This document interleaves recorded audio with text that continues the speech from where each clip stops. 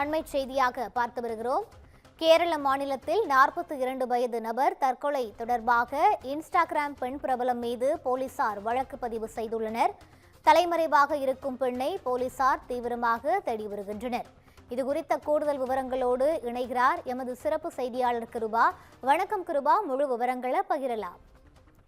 வணக்கம் ரூபி. கேரள மாநிலம் கோழிக்கோடு கோவிந்தபுரம் பகுதியை சேர்ந்தவர் தீபக்.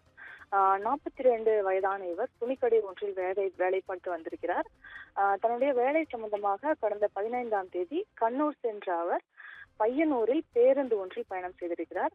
அப்போது அதே பேருந்தில் பயணம் செய்த இளம்பெண்ணை இவர் பாலியல் ரீதியாக தொட்டு அநாகரிகமாக நடந்து கொண்டதாக வீடியோ ஒன்று வைரலானது.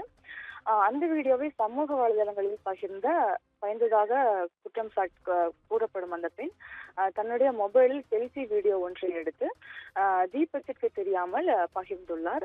இந்த வீடியோ பல லட்சம் பார்வைகளை குவித்த நிலையில் சம்பந்தப்பட்ட தீபக் மன உளைச்சலில் இருந்ததாக கூறப்படுகிறது. அவருக்கு எதிர்மறையான கமெண்ட்களும் வசைபாடுதல்களும் தொடர்ந்து வந்ததாக கூறப்படுகிறது. இந்த விவகாரம் குறித்து காவல்துறையில் வழக்கு பதிவு செய்யப்படவில்லை எனவும் கூறப்படுகிறது.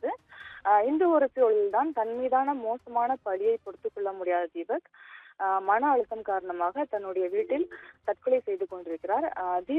தீபக்கின் மரணத்திற்கு வீடியோ பரப்பிய பெண் மீது புகார்கள் அதிகமானதை தொடர்ந்து போலீசார் தற்போது அதை இயற்கைக்கு மாறான மரணம் என வழக்கு பதிவு செய்துள்ளனர்.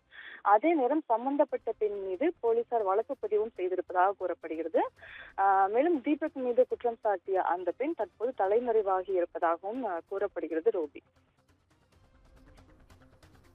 விவரங்களை வழங்கியமைக்கு நன்றி கிருபா.